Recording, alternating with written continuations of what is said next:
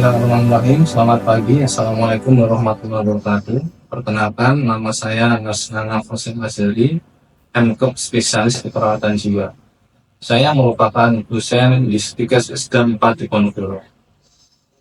Saya mengampu mata kuliah keperawatan jiwa.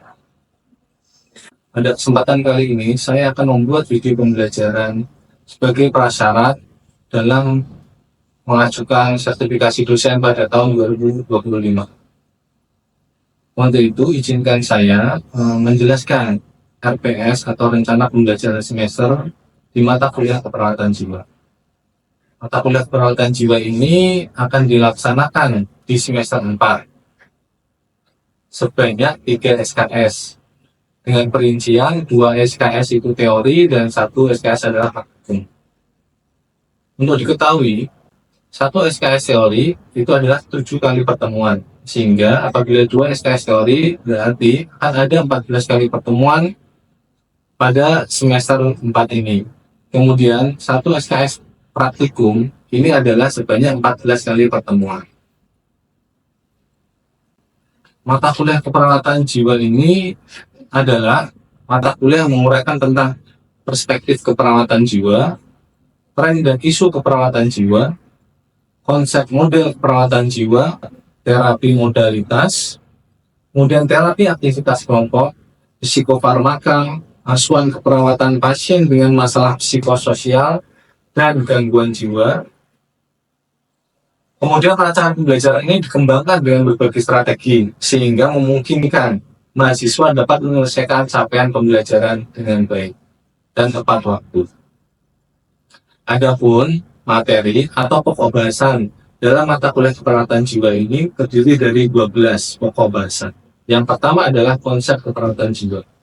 Tentunya, mahasiswa wajib mengetahui terkait konsep keperawatan jiwa, sehingga nanti ke depannya mahasiswa dapat memahami intisari dari asuhan keperawatan jiwa. Materi berikutnya adalah model konseptual keperawatan jiwa. Pada model konseptual keperawatan jiwa ini berisikan tentang teori-teori model konseptual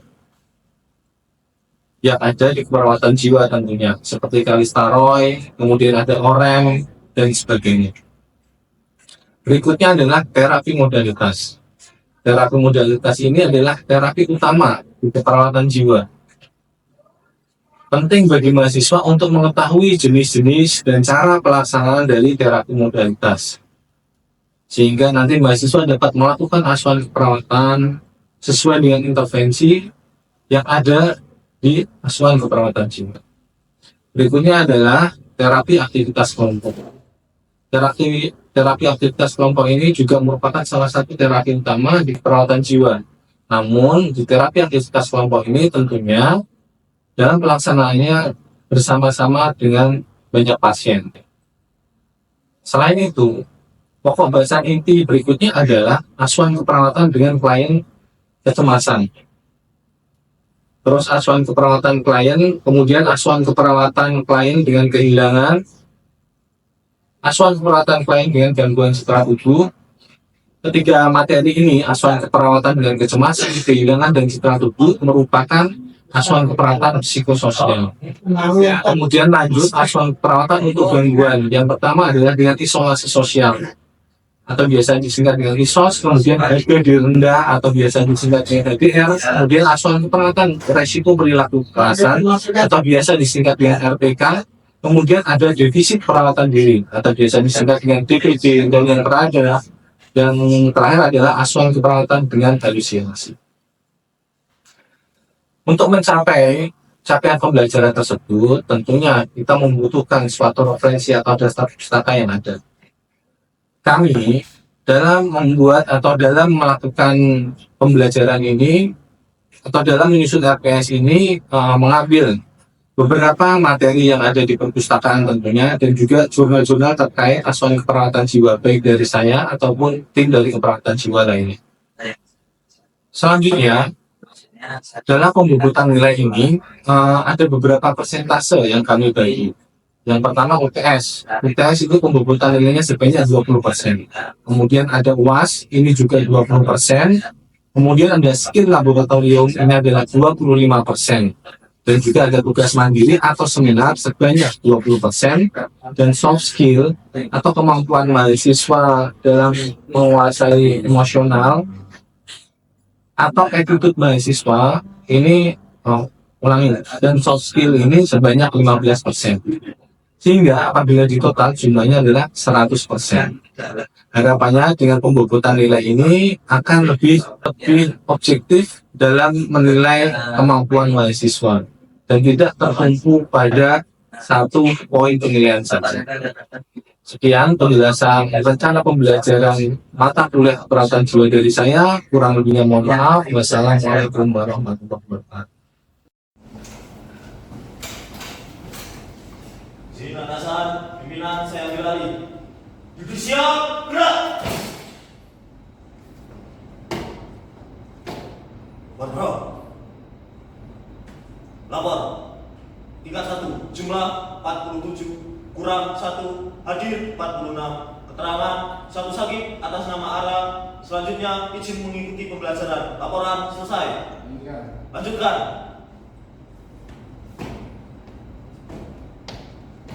Mengawali pembelajaran pagi hari ini, berdoa menurut keyakinan masing-masing. Berdoa mulai. Selesai. Istirahat cepat, gerak. Selamat pagi. Selamat pagi ya. Assalamualaikum warahmatullahi wabarakatuh. Waalaikumsalam warahmatullahi wabarakatuh. Oke, saya mau nyapa dulu. Selamat pagi. Pagi. Luar biasa.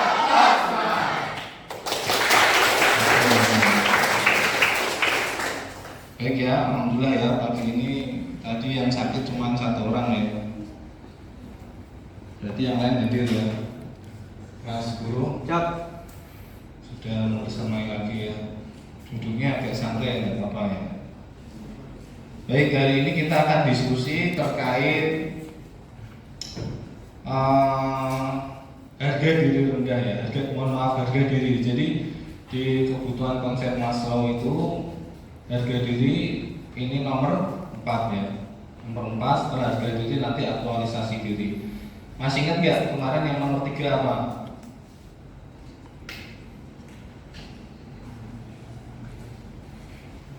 Yang nomor 3 apa?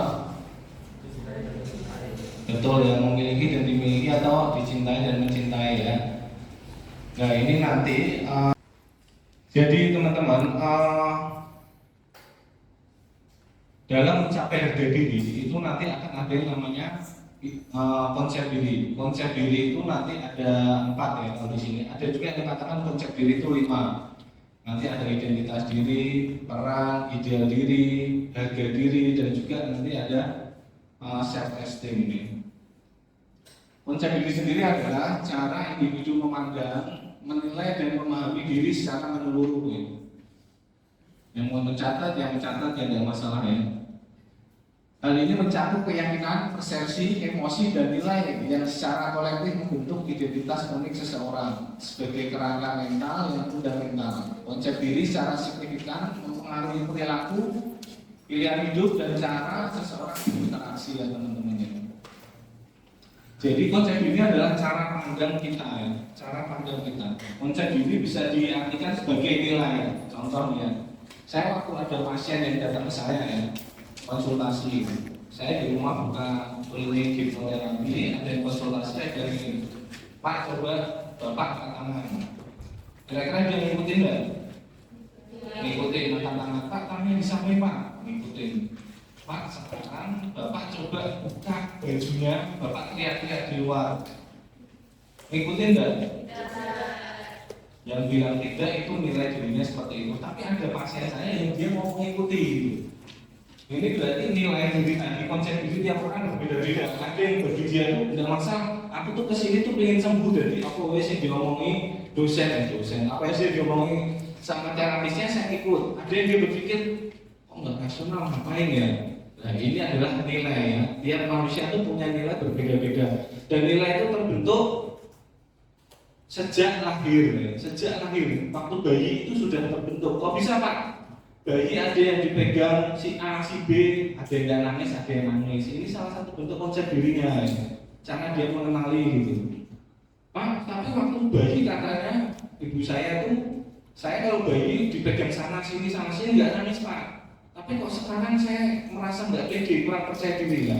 Konsep diri itu berubah ya, berubah seiring dengan perkembangan kalian. Jadi dari bayi, SMP, SMA, kuliah itu nanti akan berubah teman-teman. Tidak mungkin selamanya konsep diri itu sama. Oke, 4 komponen utama ya. Di sini saya garis bawahi ada 4 ya. Yang pertama adalah citra diri ya. Citra diri adalah gambaran objek atau seseorang memandang dirinya ya, secara fisik ya. Saya ini seorang guru, saya ini rambutnya ngombak, saya ini orangnya tinggi. Ini berarti gambaran terhadap dirinya dia. Konsep diri bisa terganggu. Contoh, di sini ada pakai banner nggak? Ya, ada.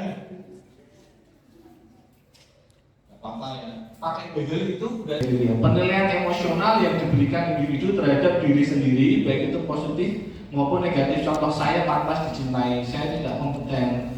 Ini adalah terkait dengan dirinya dia. Saya merasa bodoh, saya merasa galak. Ini berarti terkait dengan dirinya dia.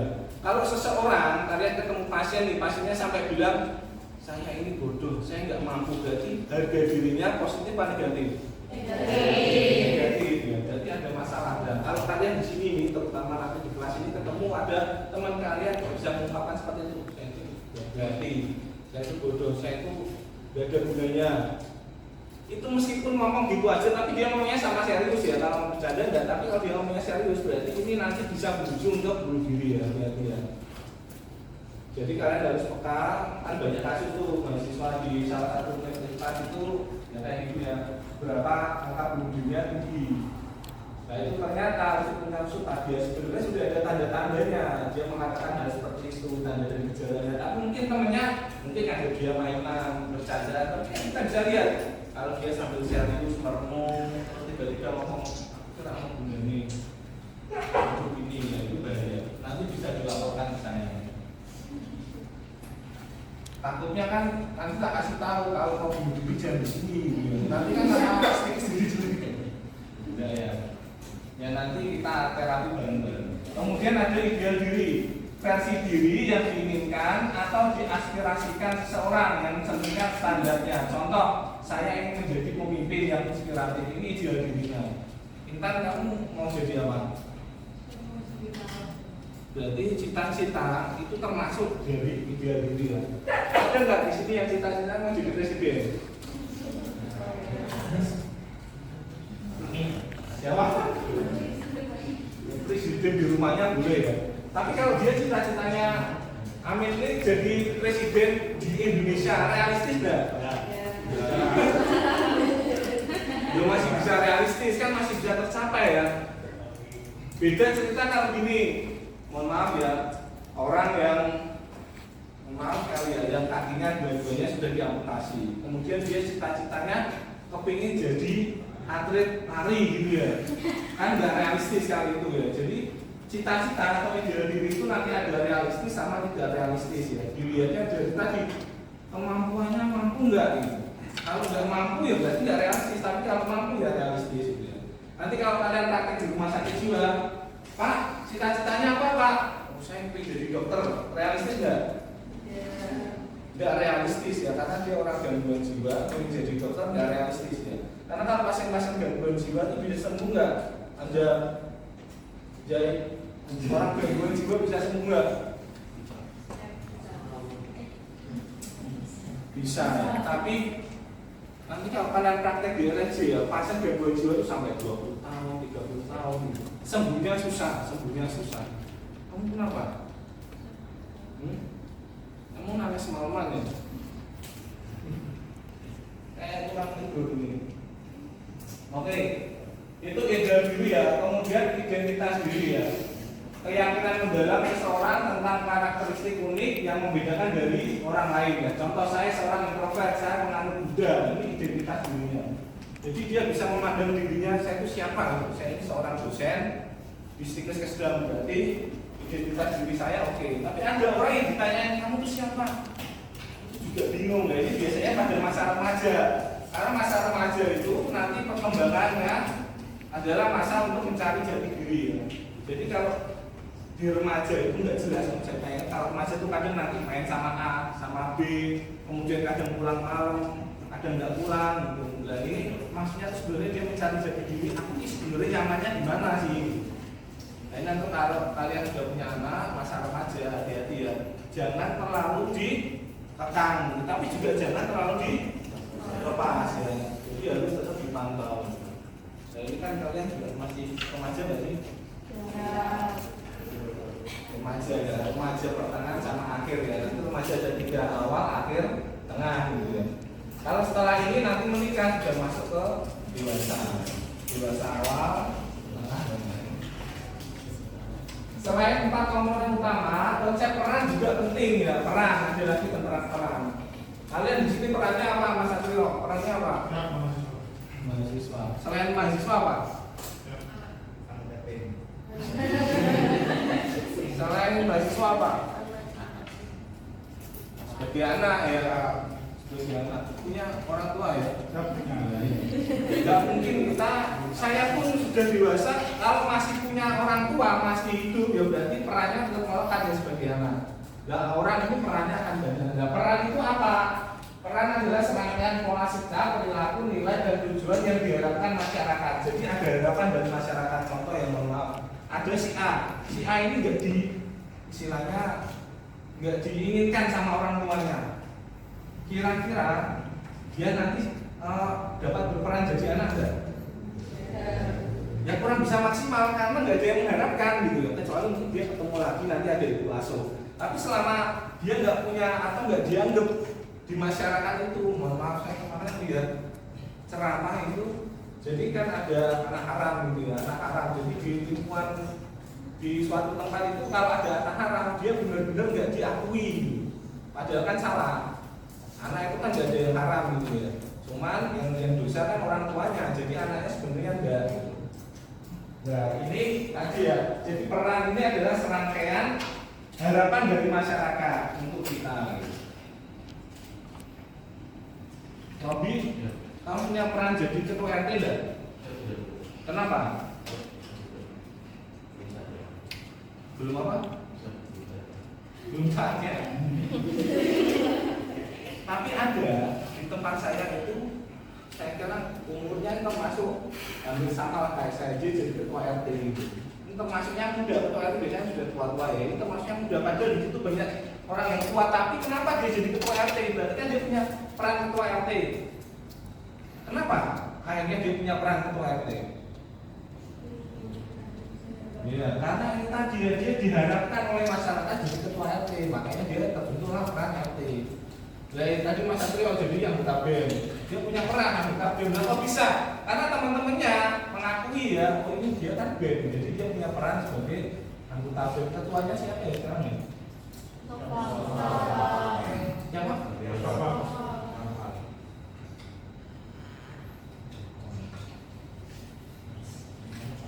Proses pembentukan konsep diri yang dinamis ya. Karena nanti Zoom tidak masalah ya. Siap. Di Zoom pokoknya kreatif kamu nanti kalau nggak kreatif kamu berarti yang nggak salah ini. Proses pembentukan konsep diri yang dinamis namanya apa? Statis. Dinamis artinya apa? Apa varian dinamis namanya? Dinamis artinya apa?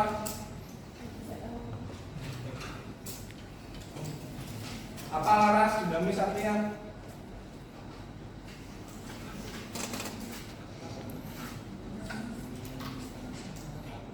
Apa rek?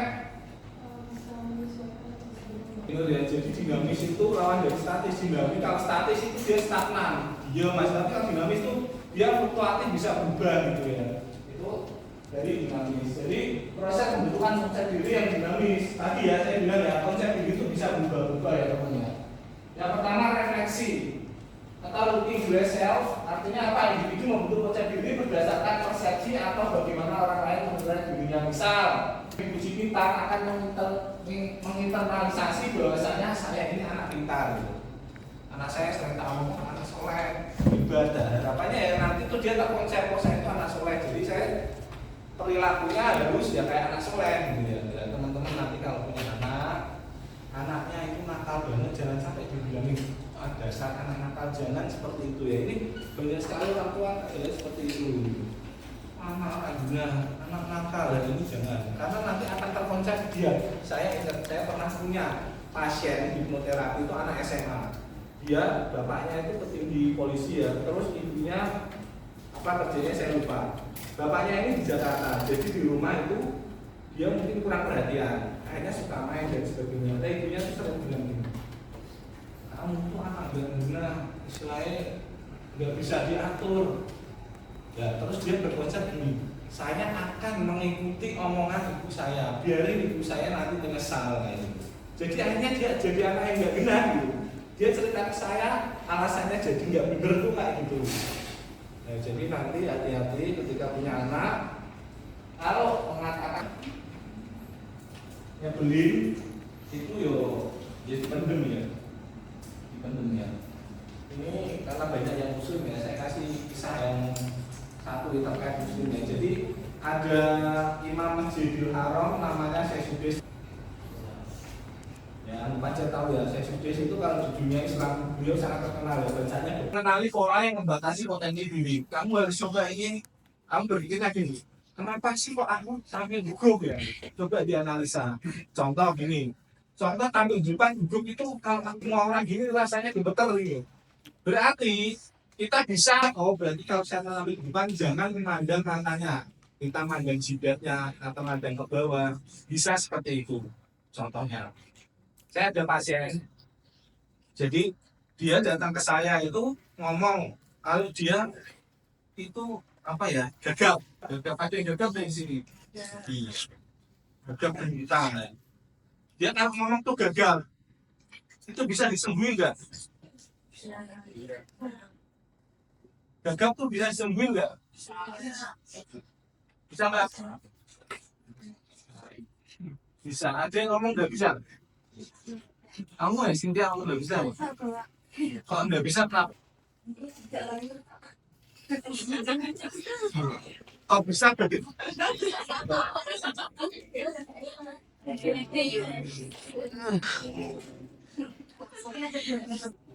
Nah kalau emang dia ada gangguan, tapi gangguan apa ya?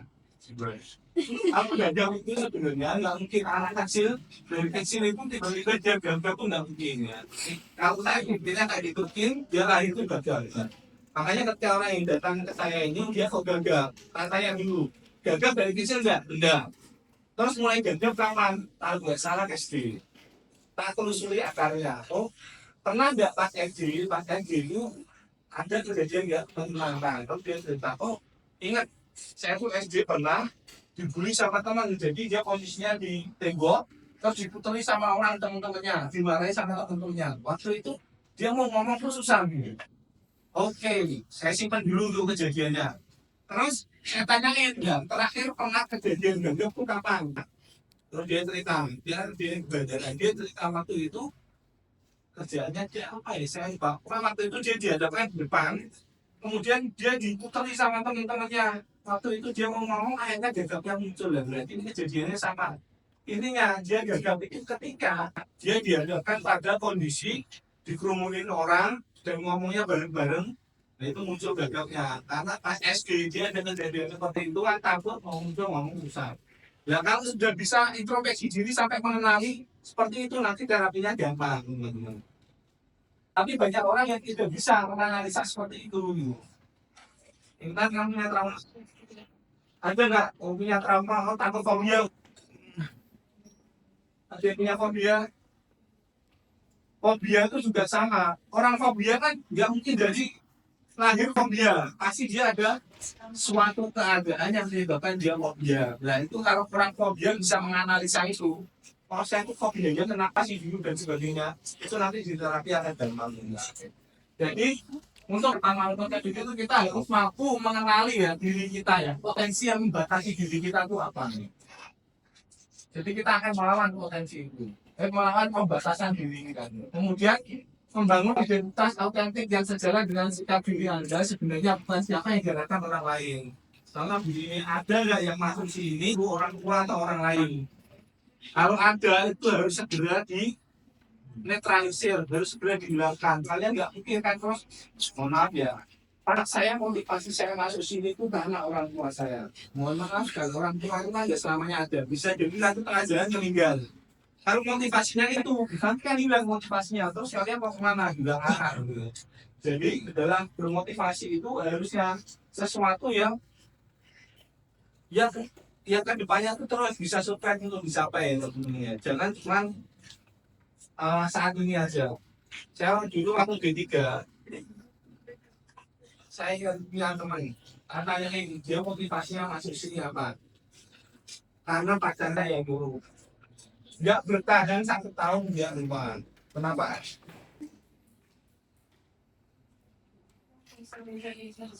konsep diri. Apa? Frank? Konsep diri ya. Oke, jadi di dalam konsepnya terkait kebutuhan dasar untuk harga diri ini. Baik, ada yang mau tanyain? Sudah ini?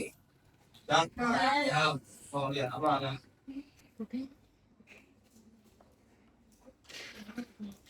Siapa? Dengan Alhamdulillah dengan hari memandang memiliki wilayah. Apakah ada perbedaan konsep diri antara laki-laki dan perempuan? Oke, terang. Oke, pertanyaan yang sesuai materi ya. Apakah ada perbedaan konsep diri antara laki-laki dan perempuan? Ada nggak Mas Bro? Ya, ada. Yang jelas ya, karena luar yang satu laki-laki. Jadi kan tadi konsep diri ada 4. Ya, kita ambil contoh paling satu gampang ya. Yang nggak penting tadi ya, yang nggak penting tadi kan 4 utama. Yang nggak utama apa? Nah, kira-kira nanti laki-laki sama perempuan perannya sama apa berbeda? Berbeda. Meskipun ada beberapa peran yang sama, contoh laki-laki kan bisa menjadi ketua BEM, perempuan juga bisa menjadi ketua BEM. Perannya berarti sama nggak? Sama, tetapi ada juga yang berbeda ya. Terus contoh lagi, kalau kita ambil yang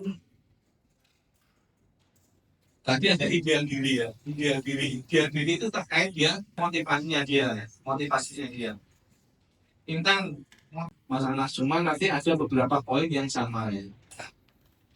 Oke, betul pertanyaan. Ada lagi yang mau bertanya?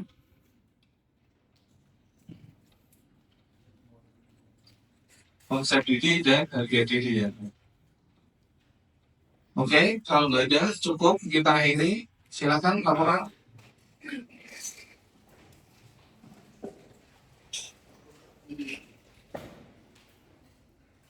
Jinatasan minat saya kembali. Usia gerak. Pembelajaran telah dilaksanakan selesai. Bubaran ngobrol.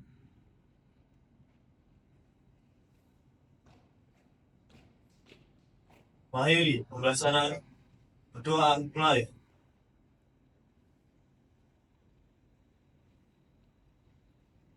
Selesai. Segera cepat gerak. Oke, sama-sama. Dan cukup banyak.